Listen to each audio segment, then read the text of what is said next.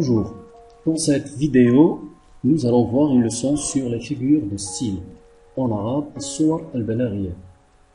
مرحبا بالجميع في درس البلاغة هذا الذي يشرح باللغة العربية les figures de style en français. وهو درس من الدروس المبرمجة في السنة الأولى ضابط.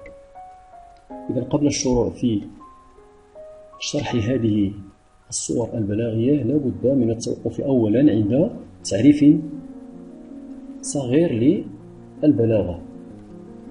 إذا ما هي البلاغة؟ البلاغة في اللغة العربية تعرف على أنها علم الكلام أو فن الكلام، وهي قدرة أو كفاية تتوفر لدى أشخاص متقنين للكلام والتعبير سواء كان شفويا أو كتابيا، أشخاص خطابهم غني بهذه الصور التي سنتعرف عليها في درسنا هذا.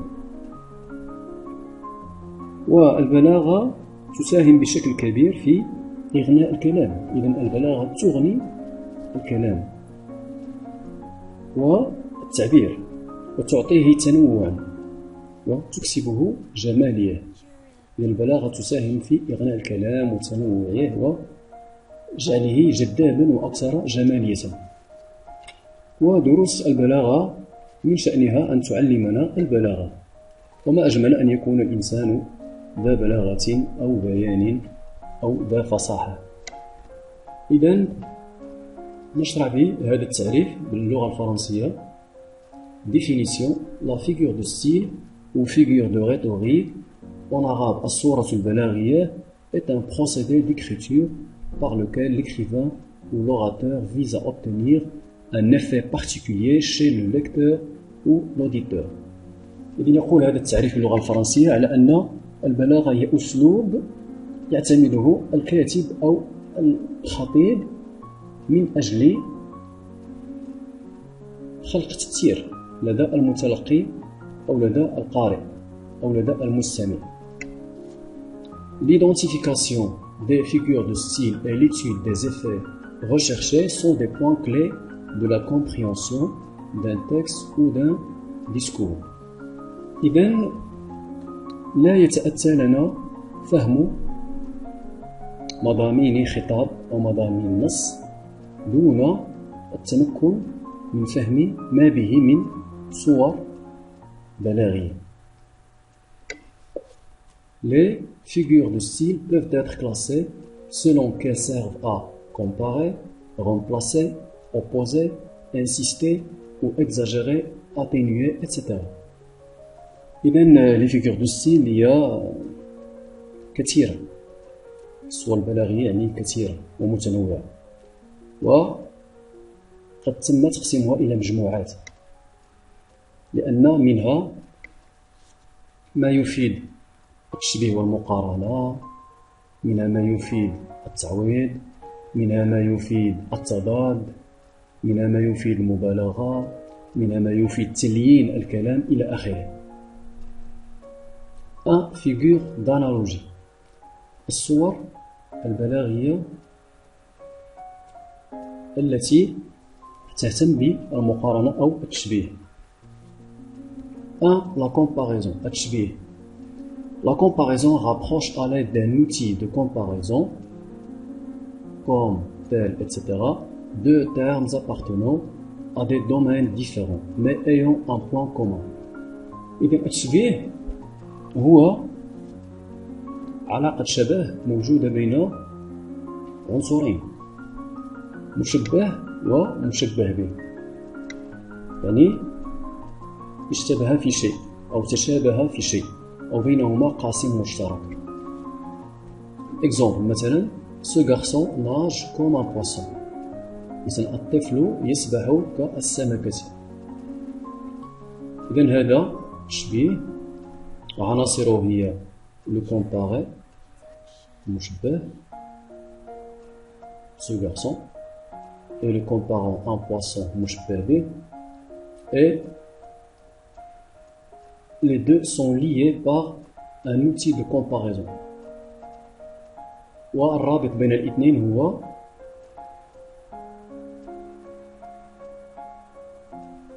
أداة التشبيه comme مثل في اللغة العربية نقول يسبح الطفل كالسمكة. والقاسم المشترك بين الاثنين هو لا ناج أو لا مانيير دو ناجي، هو السباحة أو كيفية السباحة. De la métaphore, الاستعارة. Nous avons ici deux sens de la métaphore. Sens 1, la métaphore est une comparaison incomplète. Tous les éléments ne sont pas donnés. Très souvent, il manque l'outil de comparaison. إذا تعرف الاستعارة على أنها تشبيه غير مكتمل الأركان أو تشبيه حذفت منه الأداة. Regardons cet exemple. Ali est un lion. علي أسد. إذا هذه استعارة. إذا هي تشبه إلى حد كبير التشبيه. مثلا الجملة التشبيه تشبه هذه الجملة، ينقصها فقط أداة التشبيه. نقول مثلا في اللغة العربية علي كالأسد. إذا هذا تشبيه. وإذا حذفنا الكاف يتحول هذا التشبيه إلى استعارة. علي أسد. إذا هذا هو الفرق بين الاثنين. الاستعارة هي تشبيه حذفت منه الأداة. علي سي لو كومباري المشبه، un lion c'est le comparant. L'outil de comparaison est absent. هذا التشبيه غير موجود. Et le point commun entre les deux c'est le courage. القاسم المشترك بين الاثنين في ماذا تشابه؟ في الشجاعة. Sens 2. C'est une figure de style qui consiste à donner à un mot un sens qu'on ne lui attribue que par une analogie implicite. إذن يقول التعريف الثاني للاستعارة على أنها صورة تهدف إلى إعطاء معنى جديد، لفكرة نريد أن نعبر عنها أو لشيء نريد أن نعبر عنه. مثلا المعاني التقليدية التي نعرفها، مثلا حنا دوك التعابير اللي مولفين عليهم دوك عاديين كلشي كيعرف يديرهم، ولكن شي مرات حنا كنحتاجو باش نبدعو، باش نبغيو نخلقوا شي تعبير جديد اللي مختلف على التعابير العاديه. اكزومبل مثلا حنا باش نعبروا على الشباب غادي نعبروا عليه بواحد الطريقه اخرى. اكزومبل لو برينتون دو لا في، ربيع الحياه، سي اون ميتافور بور بارلي دو لا جونيس. مثلا حنا باش نعبروا على الشباب كلشي كيعرف يقول الشباب، ولكن الى قلنا لو برينتون دو لا في، ربيع الحياه، إذا ما هو القاسم المشترك بين الاثنين؟ هنا الشباب الذي هو أحسن مراحل الحياة هو بمثابة الربيع الذي هو أحسن فصول السنة. إذا هذه هي المقارنة. الشباب الذي هو أحسن مراحل الحياة هو بمثابة الربيع الذي هو أحسن فصول السنة، ولذلك قلنا le printemps de la vie. 3. المجاز l'allégorie. C'est une figure de style qui permet de rendre concrètes les données abstraites. باللغة العربية نقول المجاز إسناد الفعل إلى ما لا يسند إليه عادة في العرف اللغوي. يعني مثلا كناخذ واحد الصفة مجردة، حيت كاين الملموس وكاين المجرد. مجردة مثلا بحال الحزن، السعادة، الوحدة إلى آخره. غادي نقولوا مثلا هذا اكزومبل لا سوليتود تي مون كور، مثلا الوحدة تقتل قلبي. شي شخص مثلا حس بالوحدة وقال هذه الجملة هذه. دونك إلا تأملنا في هذه الجملة غادي نشوفوا أن الفاعل أو لو سوجي كي في لاكسيون هو واحد شيء مجرد، لا سوليتود تي مون كور. Donc la solitude qui est un nom abstrait, est-ce qu'elle peut tuer? Non, bien sûr que non. La solitude شيء مجرد، ما تقدرش هي تقتل، ما عندهاش هي شي سيف ولا شي سكين ولا شي رمح ولا سي كلير. دونك هنا المجرد هو اللي كيقوم بالفعل على حساب الملموس، مونكور شي حاجه ملموسه.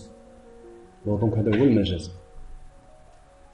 La personnification, الشخصنة. C'est une figure qui consiste à attribuer à une chose des caractéristiques humaines. يعني كناخذوا شي شيء كنضيفوا عليه واحد الصبغة إنسانية، واحد الفعل كيقوم به الإنسان وكنلصقوه لشي شي كائن آخر أو شي عنصر آخر ديال الطبيعة. Par exemple, le vent qui était en colère soufflait fort. مثلا هاد الصورة هنا كتوضح لنا واحد الريح كتعصف بزاف. مثلا اش كيقول هاد ليكزومبل؟ مثلا الريح كانت غاضبة وكانت تعصف بقوة. هنا سطرنا على لو فون اون كولير.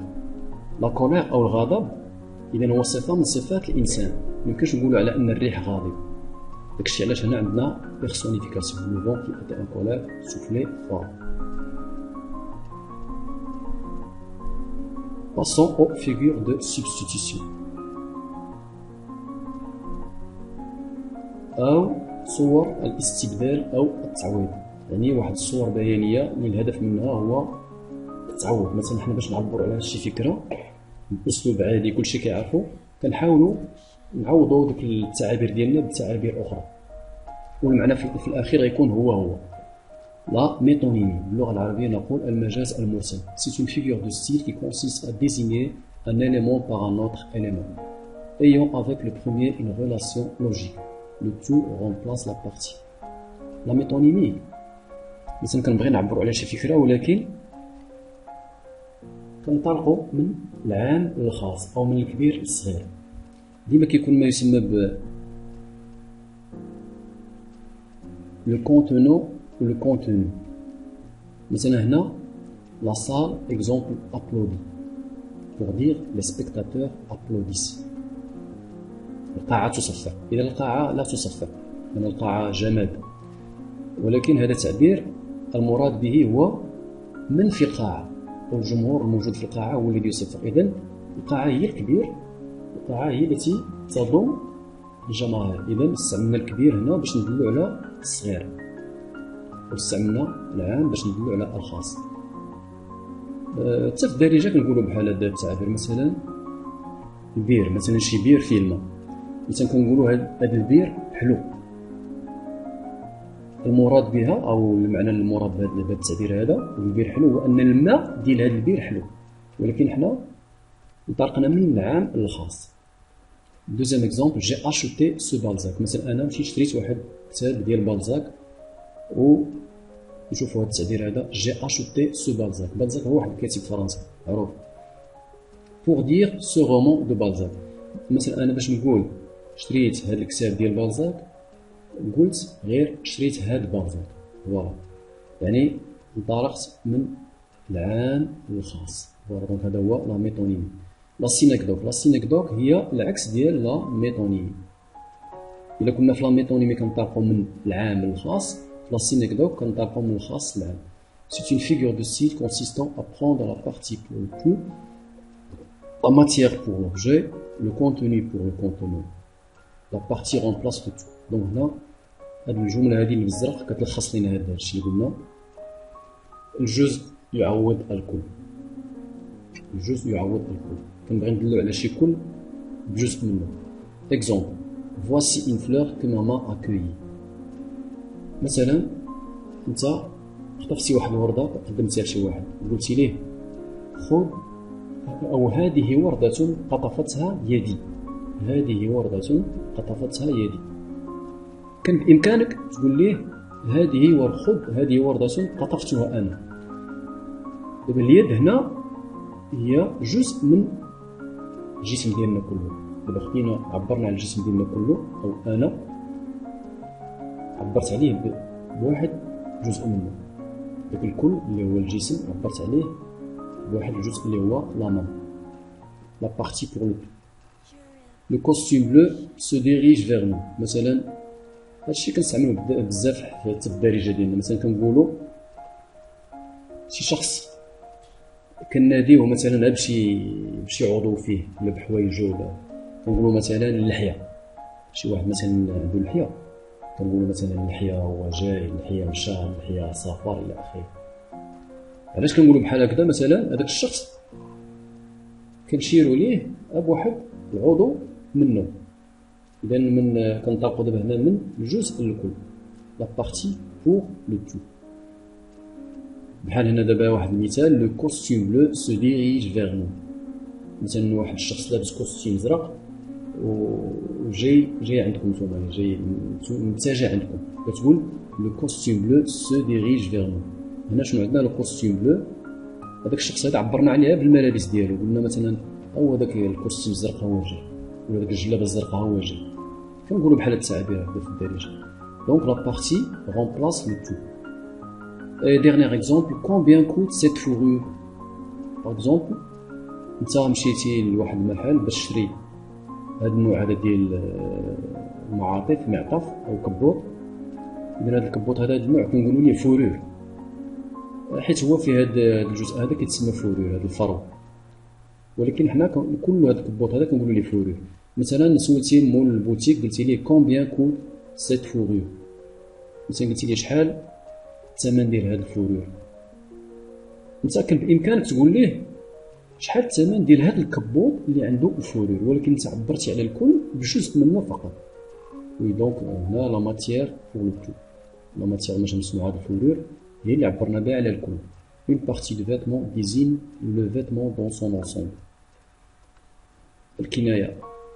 La périphrase, figure de style consistant à dire en plusieurs mots ce qu'on peut dire en un seul. الكناية هي واحد الصورة بيانية، يعني تصلح للتعبير عن كلمة واحدة بمجموعة من الكلمات. كلمة واحدة عوض باش نعبروا على كل شيء شيء عوض باش نعبروا عليه بكلمة واحدة كنستعملوا بزاف ديال الكلمات. اكزومبل تيغ دي فاران، مثلا حنا باش نقولوا مصر كنقولوا أرض الفراعنة. كثار التعابير بحال هكذا، مثلا باش نقولوا الأسد كنقولوا ملك الغابة. فوالا 3 فيغور دوبوزيسيون أو صور التضاد. يعني أحيانا حنا باش نعبروا على شي فكرة كنستعملوا داك الأسلوب ديال التضاد. حنا غادي نشرحوا التفاصيل هنا. لونتيفراز figure ironique qui exprime le contraire de ce que l'on pense. Exemple, Hitler, ce grand démocrate. مثلا حنا شي مرات كنبغي نعبروا على شي فكرة و كنديروا داك الأسلوب ديال التهكم، كنعبروا بالعكس ديال هذيك ديال الفكرة. كنقولوا مثلا هتلر سو غران ديموقراط، هتلر هذا الرجل الديمقراطي. لأن حنا كلشنا كنعرفوا هتلر بأنه كان هو حاكم ألمانيا، وكان شخص يعني ديكتاتور، يعني جميع السلطات كانت في يده، يعني هو ما عمره ما كان ديمقراطي، كان ديكتاتور. ولكن ملي كنقولوا حنا هتلر سو غران ديموقراط يعني بحال كنتهكموا. مثلا شي لاعب، انت كنتي لاعب مع شي لاعب شي فرقه وكانت عنده واحد الفرصه باش يماركي بيت، مثلا جول خاوي، ولكن هو ما ماركاش البيت، وانت تفق عليه قلتي لي مثلا معلم. اذا هنا هو ماشي معلم، انت يعني بحال كتضحك عليه. المعلم هو كون ماركا داك البيت. فوالا سا سي ان اكزومبل. l'oxymore الطباع figure qui consiste à associer deux termes de sens contraires dans le même groupe de mots. Il crée un sens et peut créer la surprise chez le lecteur. l'oxymore ملي كنحاولوا نعبروا على شي فكره كنستعملوا واحد جوج مفردات متضادين، واحد فيهم ضد ديال الاخر. باغ اكزومبل ici هنا ان جون فيايار، عجوز شاب.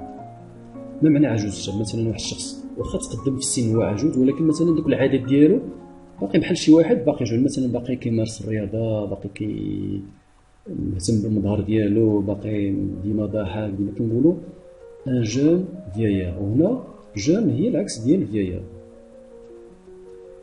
اذا شي مرات حنا التعابير بحال هكذا يعني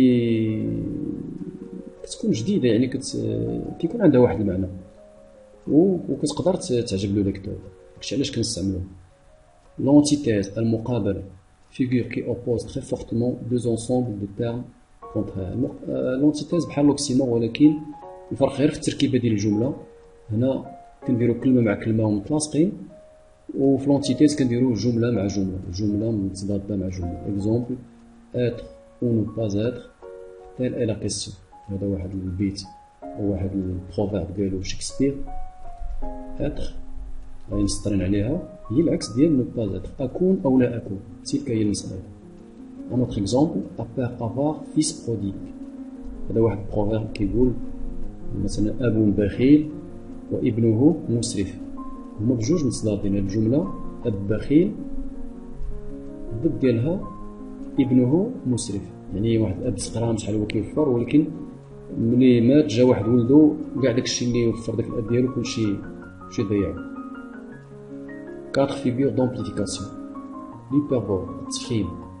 C'est une figure de style consistant à employer des expressions exagérées pour frapper l'esprit. التفخيم هو كنستعملو بزاف، شي مرة كنبغي نعبرو على شي فكرة ولكن كنزيدو فيها كنبالغو. مثلا هنا في هاد الصورة اكزومبل فيرسي دي طورون دو لارم، مثلا شي واحد كيبكي كنقولو مثلا من كثرة البكا ديالو ولا سميتو كنقولو بكى بغزارة، أو مثلا بكى شتا ديال الدموع أو نهر ديال الدموع بحال هكدا. فيرسي دي طورون دو لارم. تدرج la gradation, figure de style consistant en une succession d'expressions allant par progression croissante ou décroissante. التدرج حتى هو أسلوب كنستعملوه باش نزيدو فيه، باش نبالغو في شي تعبير. مثلا هنا يقدر يكون غادي في نسق تصاعدي أو تنازلي. Exemple: marchez, courez, volez ou l'honneur vous appelle. مثلا هذا واحد الفيغ ديال فوالو، واحد الكاتب فرنسي كيقول لك مثلا سير، جري، طير.